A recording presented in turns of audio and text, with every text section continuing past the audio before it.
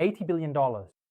That's how much money has flowed into the American stock market in just the last 2 months from ordinary people. Not from hedge funds, not from banks, but from people like you and me. This is a record for the past decade and is twice the monthly average for 24 and 25. At the same time, Peter Thiel, co-founder of PayPal and one of the best connected people in Silicon Valley, sold all his American stocks. Not most of them, all of them. Stanley Druckenmiller turned over 43% of his portfolio. Renaissance Technologies withdrew $11 billion net. David Tepper closed 9 positions entirely. Tiger Global sold over $1 billion in tech stocks. The smart money is getting out while small investors are getting in. Somewhere in that difference lies the story of our generation, and today we're going to tell it. Let's start with the facts, because facts are confusing, and that's exactly what makes them interesting. The American economy is growing. Real GDP is about 2.7% year over year. The Federal Reserve predicts it could jump to 4% in the second quarter of 2026. The labor market is adding over 120,000 jobs per month. Inflation has dropped significantly from its peak. Sounds good, right? But here's the other side of the coin, the Shiller ratio. This is a measure of how expensive the market is compared to the average earnings over the past 10 years. It is at levels seen only once in history, in 1999, right before the dot-com bubble burst. Only once in the past 100 years of history. The question everyone wants answered is simple. Are we closer to 1996, meaning at the start of a great bull market, or closer to the year 2000, that is, right before the crash? And there is a rational answer to this question. Do you remember Alan Greenspan, the chairman of the Federal Reserve at the end of the 90s? In 1996, he made the famous statement, irrational exuberance. At that time, the market had already grown by 130% over 5 years. After his speech, it grew by another 130%. It was only after March 2000 that it crashed by 50%. In other words, the market can remain irrational longer than you can remain solvent. But here's an important observation. Economic recessions don't just happen on their own. They come after a collapse in employment. A collapse in employment comes after interest rates are raised, and the Federal Reserve raises interest rates when inflation gets out of control. And right now, inflation has jumped from 2.4% at the beginning of the year to 3.8%, exactly as it happened at the end of the 90s. The Federal Reserve may be forced to raise interest rates again, and if it does, the effect on the economy is usually felt with a 12 to 14-month delay. That's exactly what happened back then.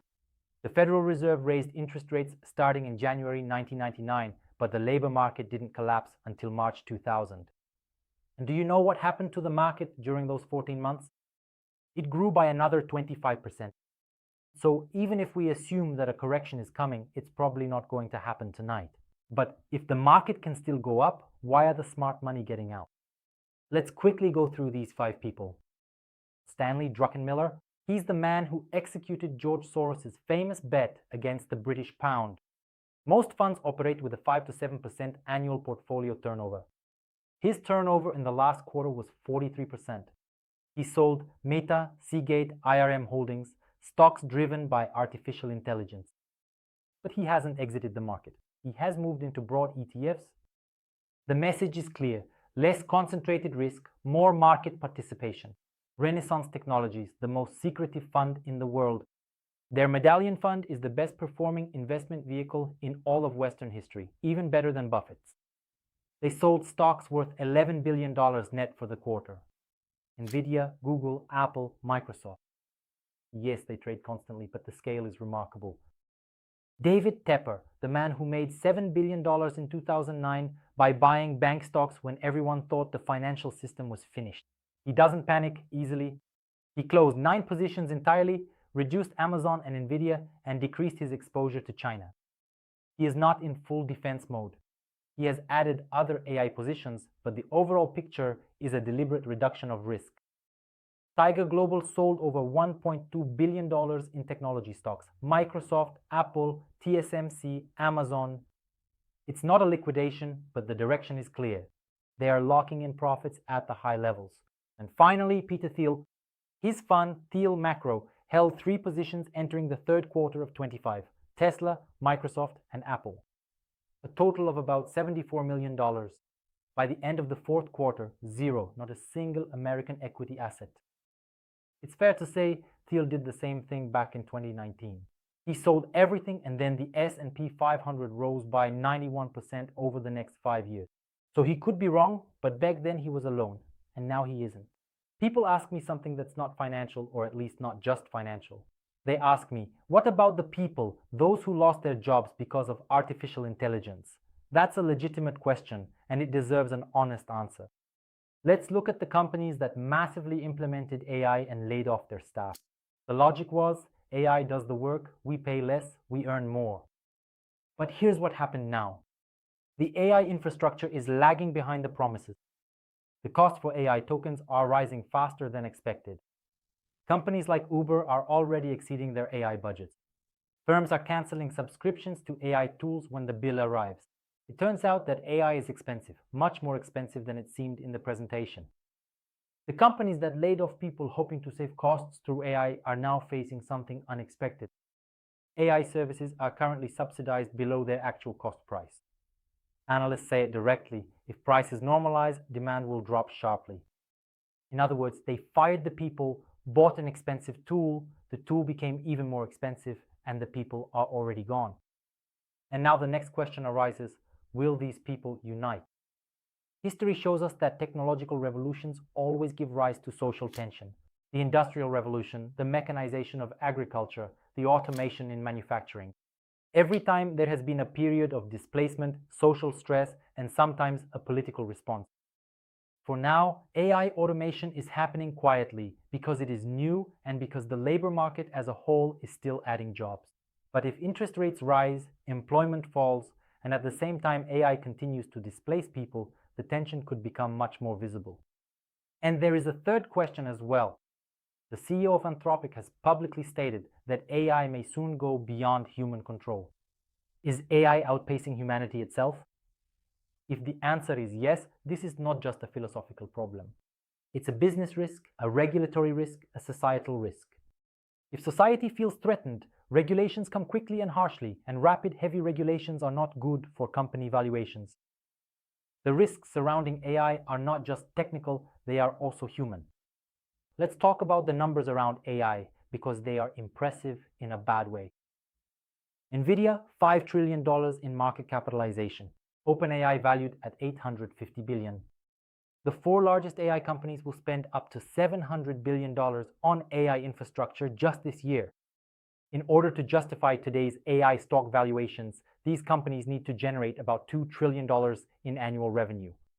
Just for comparison, Apple, Amazon, Google, Meta, Nvidia, and Microsoft combined did not make $2 trillion in revenue for the entire year of 2024. The market has valued AI as if it is already the biggest money-making machine in the history of capitalism. However, this machine still isn't making money.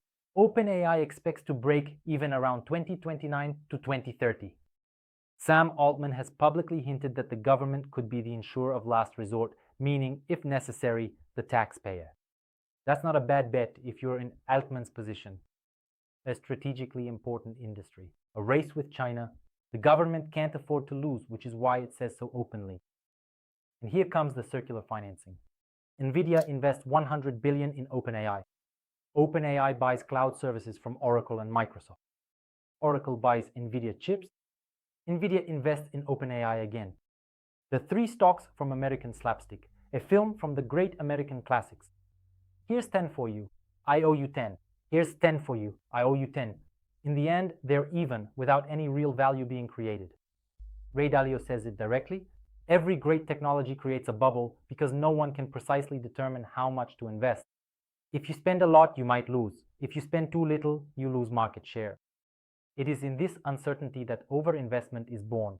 And he adds, we are at bubble levels close to those of 1929 and 2000. Not at the peak, but close. Now, let's go back, way back to 1637, the Netherlands. The first stock exchange in the world and the first documented speculative bubble in history. Tulips arrive in Europe from the Ottoman Empire at the end of the 16th century. The Dutch go crazy for them. The rare variegated varieties, called broken because of a virus that makes them unique, become a status symbol. And then something interesting happens. People start trading not tulips themselves, but promises for tulips. Futures contracts written for bulbs still in the ground. The value of a single Semper Augustus bulb reaches the price of a luxurious canal house in Amsterdam. The parallels with today are striking. First, something new and interesting. Tulips were something real, new, beautiful, and desirable. AI is a real powerful technology. No one denies that. Second, fear of missing out. All Dutch merchants wanted tulips. Every institutional investor today wants AI stocks. 401k pension funds automatically invest in them without people even realizing it. Third, an infrastructure of optimism. In the Netherlands, specialized tulip markets, brokers, and standardized contracts emerged. Today, data centers, GPUs, farms, cloud platforms, the entire infrastructure of optimism. Fourth, valuations based on future hopes. No one bought tulips for their intrinsic value. They bought them for the price the next buyer would pay. Just like stocks whose valuation requires revenues that no company in history has ever made. Fifth, and perhaps the most important thing, who realized the losses when the tulip bubble burst in February 1637? Within days, the wealthy merchants were not harmed. They sold in time. It was the craftsmen, workers, and middle-class people who suffered, those who had thrown their savings into tulip bulbs because everyone was saying they would become rich. Today, Americans' 401k pension funds automatically direct 40% of every dollar into companies, many of which are deeply involved in the AI industry. People don't choose, the system chooses for them. When Buffett sells and holds record amounts of cash, when Michael Burry bets 80% of his fund against Nvidia and Palantir, when 5 of the world's top investors simultaneously reduce their risk, and $80 billion from retail investors pour into the market at record highs. The story of the tulips has already been written. The only question is whether we are reading the same book. So what should we do with all of this? Let me be honest. No one knows exactly when the correction will come. Not Druckenmiller, not Dalio, not me. But here's what we do know. AI is a real technology, just as the internet was a real technology. After the dot-com bubble, the internet didn't disappear. It became the foundation of our entire lives. Amazon survived, Google survived, even Cisco eventually survived after 25 years. AI will survive. The question is which companies will survive and at what price we are buying them today. For people who have lost their jobs, the history of technological revolutions shows that in the end, more jobs are created than are destroyed. But in the end, sometimes it takes a decade and the pain is real while you wait. That's why the answer is neither that AI is bad nor that AI will fix everything. The answer is we need transition policies, we need training. We need a society that doesn't abandon people while the technology matures. And as for the bubble, if it is a bubble, they are fast, painful, but short-term and transformative in the long run. The internet survived after the year 2000. The financial system survived after 2008. AI will survive whatever comes next. The question is not whether to invest in the future. The question is at what price and with what expectations. Ray Dalio says something important. Don't buy the technology, buy the stock. These are two different things. The technology may be revolutionary, but the stock can be highly overvalued. Cisco changed the internet. Its stock only returned to its peak after 25 years. The Dutch who traded tulips were not fools. They simply believed that something new and beautiful would continue to grow forever. And at some point, faith met reality. We are living in a time of extraordinary technologies, extremely uncertain valuations, and an exceptionally important historical moment. Our task is not to predict when it will end. Our task is to understand what we are involved in, and that information is always more valuable than any forecast. If you found this video interesting, visit the Insider Club website, where you'll find even more fascinating information. Thank you for being with me. If you think this topic deserves more attention, share the episode. Until next time.